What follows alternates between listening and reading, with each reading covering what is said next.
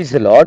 ஆண்டவராக இயேசு கிறிஸ்துவின் இனிய நாமத்தினாலே இந்த நாளிலே கர்த்தருடைய வார்த்தை யோவேல் எழுதின தீர்க்க தரிசன புஸ்தகம் 2 அதிகாரம் 21 பயப்படாதே, மகிழ்ந்து களிகூறு, கர்த்தர் பெரிய காரியங்களை செய்வார். தெய்வப்பிள்ளையே, பயப்படாதே, திகையாதே, கலங்காதே.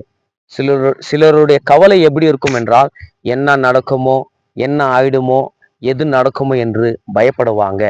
ஆண்டவர் சொல்கிறார், உங்க வாழ்க்கையில ஒரு பெரிய அதிசயத்தையும் அற்புதையும் நான் செய்வேன் என்று கர்த்தர் இந்த ஆன்லைன் மூலியமா, இந்த வார்த்தை மூலியமா கர்த்தர் உன்னோடு பேசிக் கொண்டிருக்கிறார்.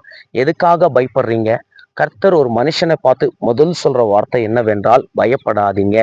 வேதத்துல 365 இடத்துல பயப்படாதே என்றுதான் வேதத்தில் எழுதப்பட்டிருக்கிறது. ஒரு நாளும் ஆண்டவர் நம்மளை பார்த்து பயப்படாதே என்று சொல்லி கொண்டிருக்கிறார். ஆனா ஆண்டவரை பார்க்கறதை விட்டு நம்ம யாரை பார்த்து கொண்டிருக்கிறோம்?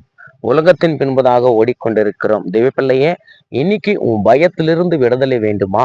ஆண்டவரை நோக்கி பார், தேவ சமூகத்தை தேடிப்பார், வேதத்தை வாசித்து பார். உன் பயத்திலிருந்து ஆண்டவருடைய வார்த்தை உனக்கு விடுதலை கொடுக்கும்.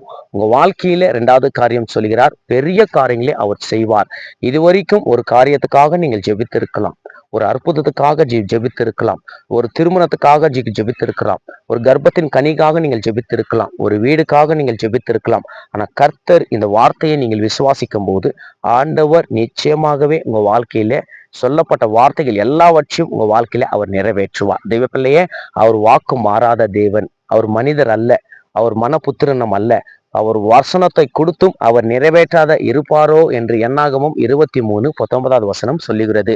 இந்த வார்த்தை விசுவாசிக்கும் போது கண்டிப்பாக இந்த வார்த்தைக்குள்ள இருக்கிற ஆசீர்வாதம் உங்க வாழ்க்கையில நடக்கும். ஒரு நிமிஷம் கண்களை மூடி நம்ம ஜெபிக்கலாம். மகா பரிசுத்தமும் கிருபையும் நிறைந்த நல்ல பிதாவே, ஆசீர்வதிக்கப்பட்ட இந்த அருமையான வேலையிலே பயப்படாதே, பெரிய காரியங்களை செய்வேன் என்று சொன்ன வார்த்தையின்படி எங்களோடு பேசினதுக்காக நன்றி.